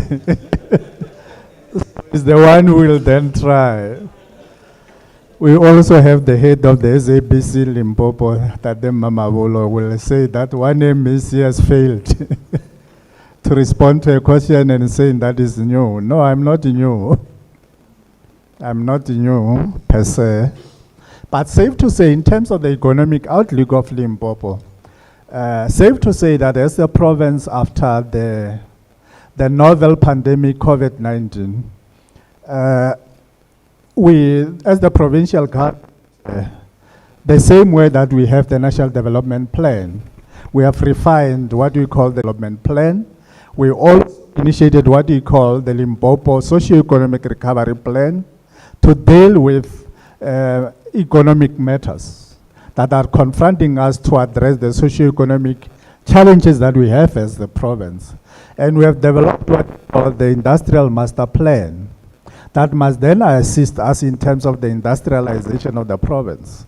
But I can also say that, that one of the things that I think we have initiated as a province was to say that we need to create what you call the economic instruments in the form of a strategic economic zones. Among others that we have in Limpopo is Musina Makato, SEZ, which has about 150 billion investment pipelines that is committed. All these other things that are there, that there are some challenges. There was a challenge of EIA. It has since been resolved. So the operator, I invited him to Sopa to say that when is he taking the site? Why is it important for him to take the site? This is a metallurgical industry that we wanted to roll out in terms of the infrastructure investment. And already we are starting with the rollout of the services that must then support that infrastructure. And also we have a commitment by Vodacom to broadband connectivity at that part. We also have an abundance of coal at that part of the province, Musina Makato. And I think we are doing quite well in terms of optimizing that very same project, strategic project, is one of the catalytic or a mega projects, which has a propensity to change the socio-economic landscape for a province. And secondly, we have what you call the Musina Makato, Fedakomutubazi, SEZ, whereby we are putting more emphasis on what we call the mining input supplier park. We are one province which is the home of about 55 platinum metal group, but they don't benefit our people. That's why we've initiated the issue of the Fedakomutubazi industrial park. It's not yet designated as a SEZ. And as such, what we are doing, we are going to invest more on the battery manufacturing and what we call the automatic industry in that part. But over and about, we are putting more emphasis on what we call beneficiation. It will be a sad day because Limpopo's own competitive advantages is mining, agriculture, and tourism. And you find that we are endowed with the mining resources. But when we look into the poverty level in the province, there is a mismatch or misalignment about the riches that we have as a province. And we need to ensure that we change that phase. And in that context, we are doing more in terms of industrialization of what you call the industrial parks. So already we have started with Nkwankoa Industrial Park and Seshiro. We are going to Guyana and so forth. Those are some of the major interventions, concrete interventions that we have that we wanted to transform the economy in the province. And I think we have a lot of potential. The infrastructure investment that we are doing as the province in the rolling out part is to ensure that we create more job opportunities. Like the academic hospital that is coming is about 4 billion rand. How many SMMEs are going to benefit out of that in terms of what you call the enterprise development ecosystem? But the other issue that is very critical that you have raised is around the issue of the accountability ecosystem, to ensure that how do we have a prudent utilization of the state resources that we have in line of the topical issues today. But safe to say that the energy crisis that we have is one existential threat to our economy, but over and about the social fabric that we find ourselves in. And without a reliable supply of energy, our efforts to grow the economy will be fruitless, will not bear the fruits. And that's where, as a country, we are employing what we call the diverse energy mix offshore of the renewable energy to address all these challenges that are confronting us as the country. I think we are at the right trajectory as the province to ensure that if we package all this program and respond accordingly, we are in a better position to address them. And I think I'm more, that diversity, you have 80% of your power station which are coal powered. And there is this issue of the COP 17 or 19 that you have about the climate change. The hydrogen that we are introducing in Fetakhomotubats is one of those things that is going to assist us in that regard, that we comply also as a country because we are a member state in the international protocols that we have. And I think I was able to address those questions that have been addressed. As whether we have the right leadership, I'm here, the right leader, squad is here.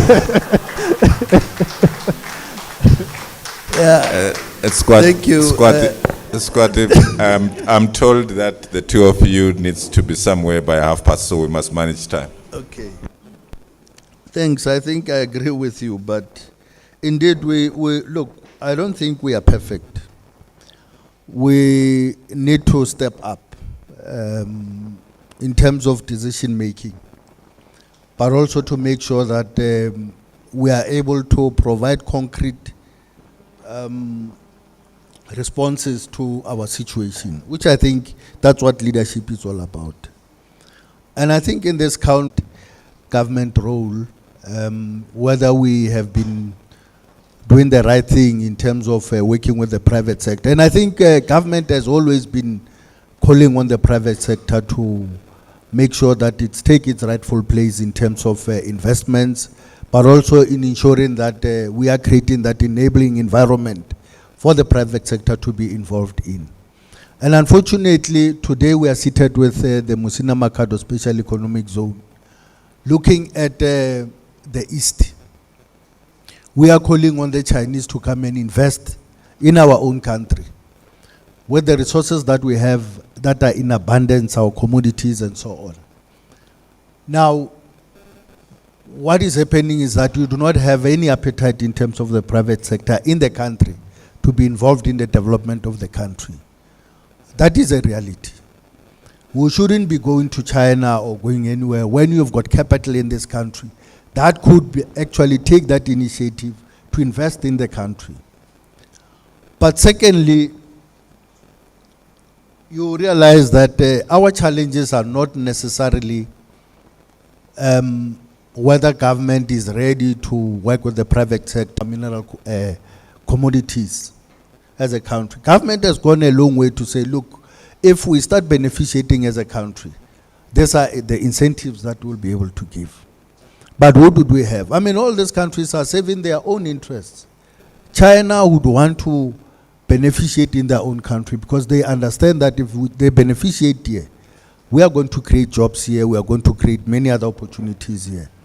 Now, if they create those opportunities in their own countries, so the best thing for them is to export raw commodities. Because what it means is that ourselves, we are actually exporting jobs to those countries. We're exporting opportunities to those countries. That is what is a reality. But we've got a local capital here, which is supposed to be investing there, and it's not really coming up to the front to say, we are here, we are going to invest. Yes, I agree that there are certain areas that we have not done enough, particularly in terms of your R&D, your research and development. I think as a country, we have not really invested much over the years. I think in the past, during apartheid, because of lack of opportunities in other countries, they had to make sure that there is research and development. And after that, we have actually found ourselves in a comfort zone where we have not invested much, because for you to develop as a country, for you to be at a tertiary level and development, to build your capacity at that level.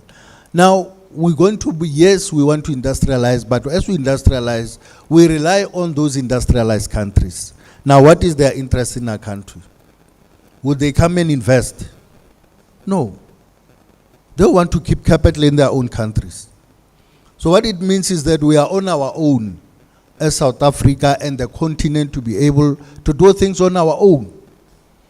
Because there is no country that can come and live, even China itself. It has got a huge I mean, if you look at how China is working, their responsibility is maybe 1,000 times than ours, because of the number of people that they must feed, the number of opportunities that they must create in terms of jobs and so on. So they can't have an interest to come and invest in this country and create jobs, no.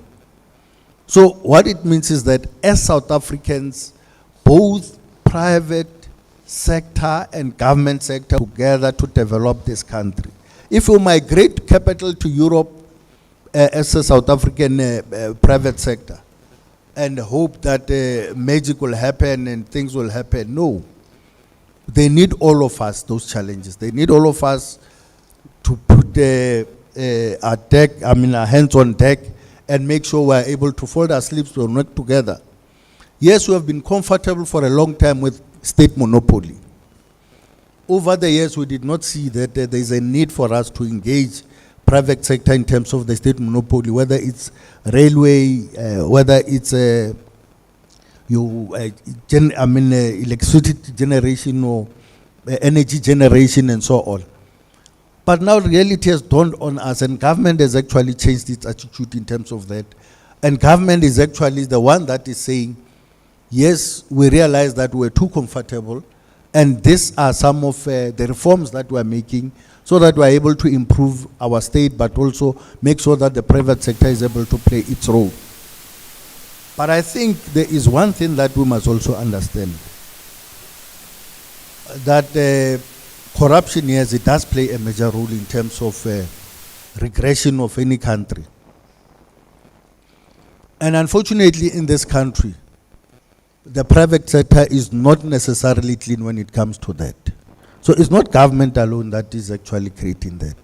You've got the private sector that has played a role, whether it's in terms of building the power stations in Kusile, in Medupi, and so on. I mean, how much have we spent in Medupi, just on the development of Medupi alone? Let's leave out the generation units that are supposed to give us at Medupi. Unfortunately enough, some of those companies have actually agreed, which I will not name here, but it's a public knowledge which companies have agreed that they've played a role in terms of corrupting those officials in there. Now, that tells us that we should not necessarily look at corruption as a monopoly of government officials and politicians. It's a challenge of society. That all of us, until we commit ourselves, all of us, that we need to nip it in the bud. It will continue to, take away opportunities that we're supposed to be enjoying as society, but also for the development of society. The issue of the social cluster, yes, I agree with you, Prof. Mathebula, that we have invested a lot of resources, particularly in the social cluster, where we really need to take stock and say, what is it that we have actually benefited out of that? But looking at Limpopo today, it's actually at the top of Human Development Index. Well, of course, I would agree with you, Doctor, that I should not look at the west of provinces. But yes, we, as a pocket of excellence, Limpopo has actually gone up in terms of Human Development Index in the country. And that tells you that in terms of the investment that we're making in the social cluster, both education and health and so on, it's actually bearing fruit. And we believe that with the continuous investment, for instance, in terms of jobs, but as well in terms of investment in the economy of the province or in Polokwane. But I think generally I would say that yes, we have got a tangible benefit that we can be able to show in terms of the social investment that we've actually made. All right, let's take the last round of questions. Just no, the last round of questions, very brief, and then I will ask for comments afterwards, because those ones.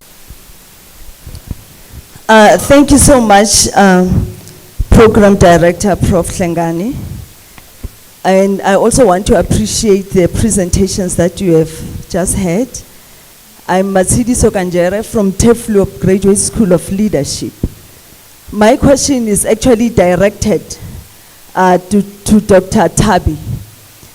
As a business school, we develop leaders for both private and public sector.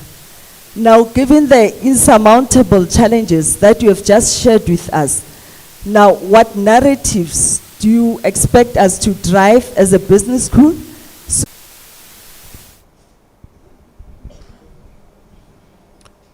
Good morning. My name is Albert Jeleni. I would like to ask to Dr. Tabi and MEC Sikwate. Usually in the budget speech, you summarize or you state some things, but there is a document that has got more details. Now, what is the importance of what you say on the presentation vis-a-vis what is inside the document itself? I'll give an example. In the budget speech now, there was no mention in terms of the budget that will go towards the Minister of Electricity in terms of the speech itself, but I checked the whole document, I couldn't see anything. Does that say anything in terms of the level of confidence that they are projecting towards us? And similarly with small businesses, we saw last year, you know, there were things that were said about small businesses, but this year it was very silent verbally, but although there is something inside the document itself. So what is presented verbally, does it have any impact to us as the audience in terms of confidence? And then to Honorable Rogers Munama MEC, what is the cost of creating one job?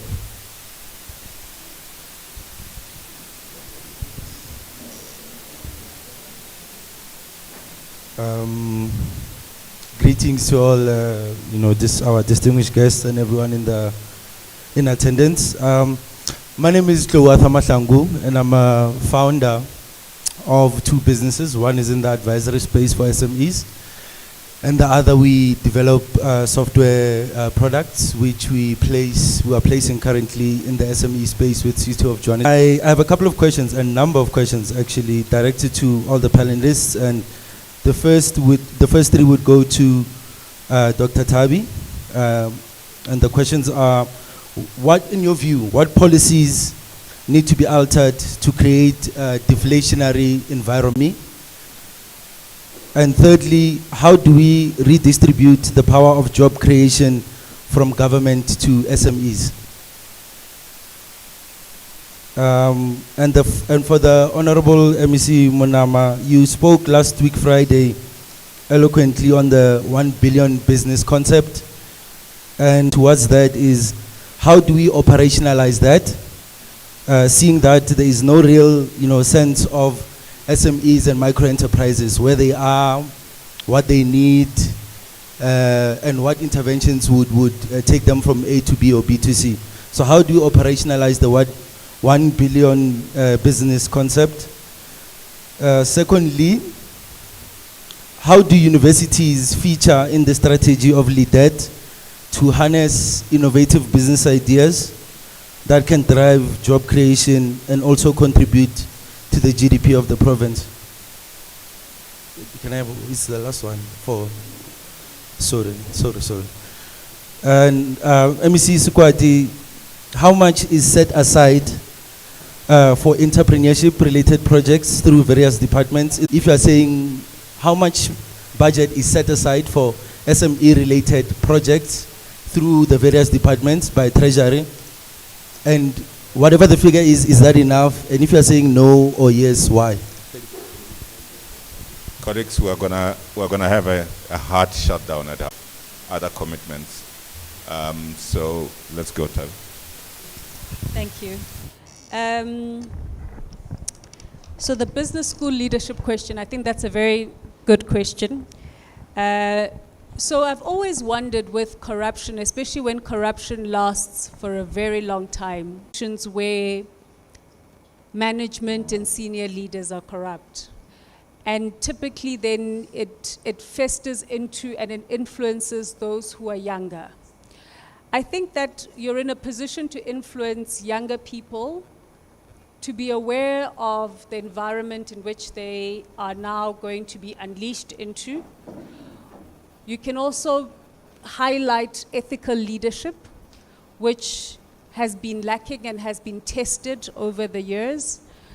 You can also, I think there's a lot in terms of leadership need in South Africa, not just in corporate government as well. And there's opportunities there for young leaders who have business school degrees to then take leadership roles with a different and fresh outlook than, let's say, the previous cohort. I think some of us are jaded a bit, and maybe the next lot will have fresher eyes and fresher. So I think that it's not a loss to them. I think that we definitely need fresh leaders with fresh ideas. So it's not something that they should, because the environment is not the best. I think that there should be leaders that are solution-driven and can take us out of this rut into a better tomorrow, which is what we need. In terms of, even with active citizenry, I think that it's now good to be outside and be an active citizen and be positive and also operate with government, not to isolate government. And unlike previously, I think that government is very inviting of criticism, even though I'm being tough. In terms of what was presented at the national budget, so the speech is just a speech, but the actual budget review is over 100 pages, and then there's another one with numbers that is over 1,000 pages. So it doesn't, so you need to take it seriously. It has a lot of details, and I know that even it trickles down to even local government, provincial government, fiscal allocation. So I think you need to look at the National Treasury website, and then under the budget, you'll see the document that I'm talking about. Then you can read that and get greater detail. But don't just dismiss it because you didn't think the speech was not up to your standard, but actually the documentation is more serious than the 2-hour, 1-hour speech. What can we do to fight inflation? What policies? There's only one way to fight inflation, is to increase interest rates. And there is a lot of talk about, the central bank or the SARB is increasing interest rates and it's penalizing us. Actually, how many South Africans do you think receive text messages to say that interest rates on your bond or your mortgage or on your mortgage? Very few, because most South Africans are poor and most South Africans are not leveraged. So bigger devil, and the only way to fight it is by increasing interest rates. Entrepreneurship to growing the economy, definitely we need entrepreneurship. Small businesses typically grow in economy. The history of our country has led us to have oligopolies and monopolies, mainly because of isolation and sanctions. But we've also come to learn that these are crowding out the ability of many of us to start businesses, because you can't compete with an SOE on rail, for instance, or you can't compete with Tiger brands on bread. So we do need entrepreneurs, but we also need to break down, fortunately so state-owned entities have opened an opportunity for entrepreneurs to step in. And then we need to now look at the bigger companies that are monopolizing spaces where many people can be players. And there again, I think regulation is very important, and the key to regulation, or the holders of that key to regulate, is government. Thank you. Okay, no, thanks very much. I've been challenged intellectually that The question is more academic. It's more academic in the context that what is the cost of creating one job opportunity? And what are the metrics? What are the diagnostics tools that we can employ to create a job? The fundamental question that you must ask is whether government create jobs. And the question is no. Because majority of the functions that have been done in government are outsourced in the private sector. And as such, out of any project that we create, they are saying they give you, in terms of the matrix, how many job opportunities have you to create. If you have to roll out a 4 billion infrastructure in the form of academic hospital, there is that determination to say that these are the job opportunities that you must create. And I think I've been fair to that question. It's a dissertation in its own. Unless you wanted a specific answer to say, it's 10 rand. Then I can go to that one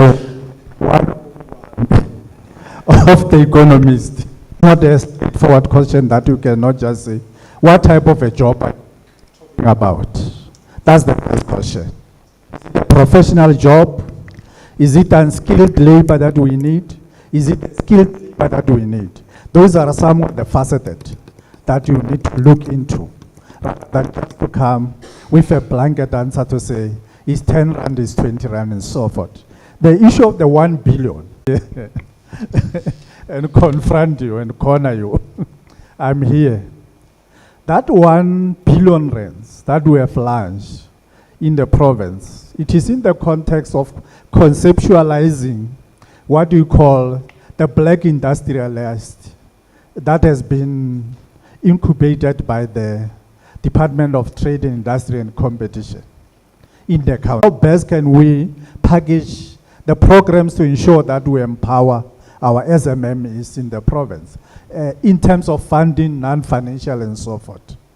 Those were the spirit and the purport of us. But for more details, I think we are available to unpack on that 1 billion. But we wanted to, because they could not account when I arrived in the department, how many SMMEs did they empower? How much? How does the university contribute to LEADER? Safe to say that as a provincial government, we have the MOU, Memorandum of Understanding, with all the institutions of higher learning in the province, University of Venda and University of Limpopo. And they are quite assisting us. The majority of these professors and the doctors that you see, they serve in our economic advisory, that memorandums that we have signed with them, that they are quite assisting us in giving us administration. And some of these initiatives that we have, they are through the product of Professor Mokhalong. That's why I said that is one of the exceptionally outstanding, multifaceted and multidimensional academics that we have, because of the ideas, because the university must come with and capitalize on the rare opportunities that we have as the province. Thanks. The issue of SMMEs. My dear friend, we do not necessarily ring fence on SMMEs. We allocate to it's going to be used for what. Unless if it's ring fenced, then it has got conditions. Then we can be able to say this is how much we are going to, but we do not necessarily ring fence and say this is for SMMEs. But yes, we do look at how much SMMEs have been able to benefit out of government. We are able to then be able to say, these are the figures and so on. But when we allocate budgets, we do not necessarily, we give them the budget and the departments then decide that this is how they are. Allocation, don't look at the treasury department. It's the department that decides, taking his head. In terms of confidence, I think you are correct that we really need to provide confidence in terms of what we are saying, because if we do not, it would mean that we are not reliable. But look, government, whatever figures that government gives, those figures are actually gazetted, but equally, the Minister of Finance will not be able to say, like I'm saying, that I'm giving so much to this department and this is how they're going to utilize it. But that we have actually announced, it's another matter. Let's say in conditional grants, you can have 15 billion on infrastructure, but if you are not able to utilize it, then it becomes a challenge, because then we have not been able to live up to the expectation of what we have said we are going to be able to instill confidence in our people. And unfortunately, we continue to be short-lived in terms of the implementation of our own programs. But I think our situation as well is such that our budget, it's like a drop of water that continues to drill. We will ultimately, through sacrifice, of course, if we're able to get rid of corruption, if we're able to do things in the manner that we're supposed to be doing things, being able to have our turnaround times changed, and be able to make sure that our planning is on par, we are able to make sure that, thank you. Thanks so much, Mrs. Squati. Dr. Leoka, I know you're giving us an extra 1.5 minutes. Just to, on the two issues, the basic income grant and the big elephant in the country, not even in the room, e-tolls. There's been a lot of talk about them, been too much silence, but maybe buried into the detail. If you can give us a comment.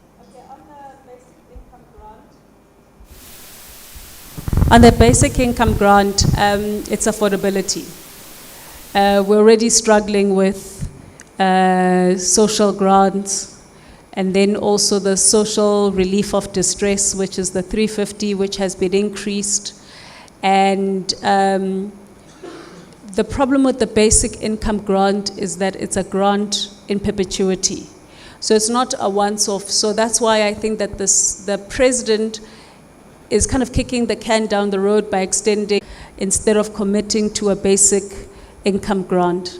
Personally, I'm not in favor of a basic income grant, because I believe that you need to have policies that will enable people to be either self-employed, or employed by government or by the private sector. And that starts all the way with education. And tertiary education needs to be diversified. We currently have really one pipeline between basic education and employment. That's, universities, TVET colleges, the number of unemployed post-school education that can enable people to be trained and then to either start their companies or be employed. It also, I don't believe in the state supporting in perpetuity citizens. There's something about citizens being able to stand on their own that makes a country a better country than having, but obviously where there are vulnerable people, that I fully support, but not an able young themselves. In terms of the e-tolls, I thought they were a bad idea to start off. Some of them are in between two suburbs, Bryanston and Fourways, for instance. And it is a cost to the citizens of Gauteng. I think people don't understand that they still need to pay for it, because we still owe the Austrian company that put them in place. I hope that there'll be better mechanisms for the Joburg citizens in paying off these e-tolls. But these are tolls that need to be paid because the road infrastructure needs to be developed. Colleagues, I think the next conversation that's going to happen is going to be before the end of this month. with the Statistician General. So we will let you know of the date and the times. For now, let me ask the head of the school, Professor Mkwena, to just say one or two words, and then we can disperse in peace.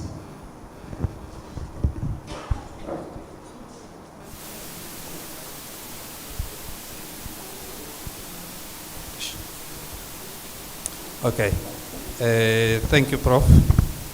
And with all protocol observed, on behalf of the TEFLOP Graduate School of Leadership, located within the Faculty of Management and Law in the University of Limpopo, I wish to express thank you for coming and making this event a success. It is sometimes so difficult to render a vote of thanks because at some point you tend to forget other people when you go according to your list. But I think it's proper for me to actually thank our VC, the principal, Professor Mokhalong, the two MECs, Honorable Sekwati and Honorable Monama, even our guest speaker, Dr. Tavi Lewoka, for actually prioritizing us for today. I know that on your busy schedule, you could have actually gone somewhere and fulfilled certain tasks. I should not even forget the Honorable Mayor. Indeed, we acknowledge your presence and we appreciate the time that you spent with us. And I should actually, perhaps with the lack of a better word, clap everybody and say, I thank you, colleagues, ladies and gentlemen from the different institutions according to your different portfolios. They've been mentioned before as directors, as president, as CEOs, and so forth. Indeed, this occasion could have not been actually an event without your presence.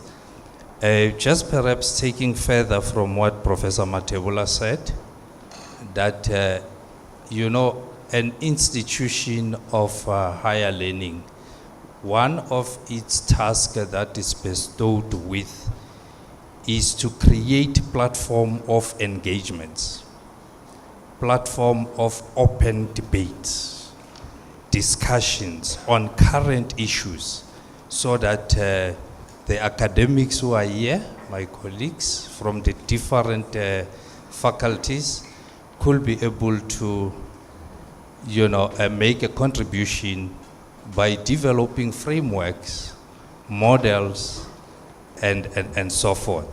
So with those words, I think it has already been mentioned that Professor Mokhalong has actually created so many or intervened with his scholarly and academic intelligence to many issues that are affecting actually the country. So with those words, I'm saying thank you, colleagues, and thank you very much.